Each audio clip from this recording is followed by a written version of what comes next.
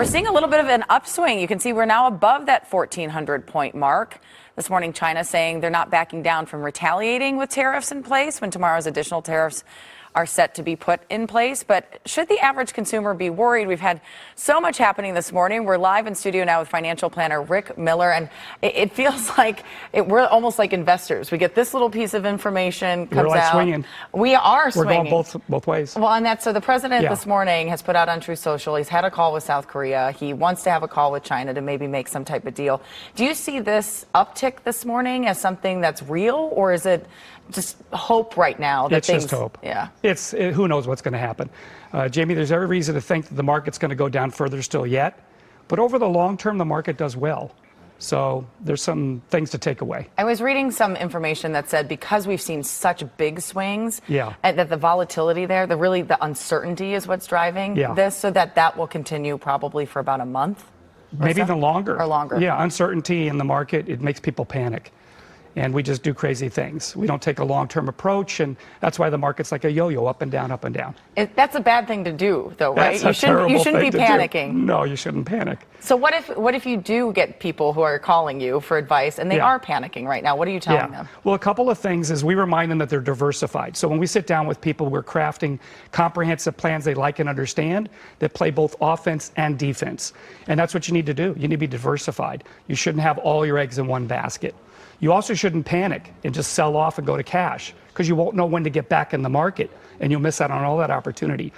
And if you are somebody who is playing the stock market, there are opportunities here to make some money. Oh, sure. If you're a player, if you're a day trader, if you know what you're doing, there's probably opportunities to go in and out on a daily basis and swing for the fences. Well, so most people are not day traders. No. I think roughly 40 to 50% of Americans aren't even in the stock market at this point in time. Yeah. So how does this impact them? You know, they're going to see the headlines every day, but they may go, well, this doesn't really impact me. Yeah, as far as losing sleep, maybe not so much, but the tariffs are really a hidden tax.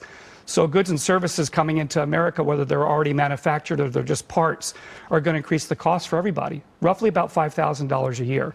So in the short term, these tariffs are going to cost every American more money. So even if you're not in the stock market, you need to be paying attention to what's happening. You got to pay attention to what's happening, for sure. So I know someone in my life paying very close attention. My mother hoping to retire within the next year or so. Yes. And I know a lot of people's, family members, parents are looking at that type of thing.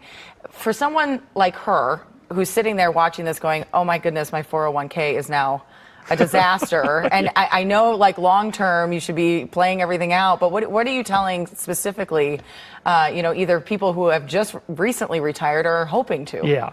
You need to have a game plan to have a floor of income that you can rely on, that's steady, predictable, and can outpace inflation.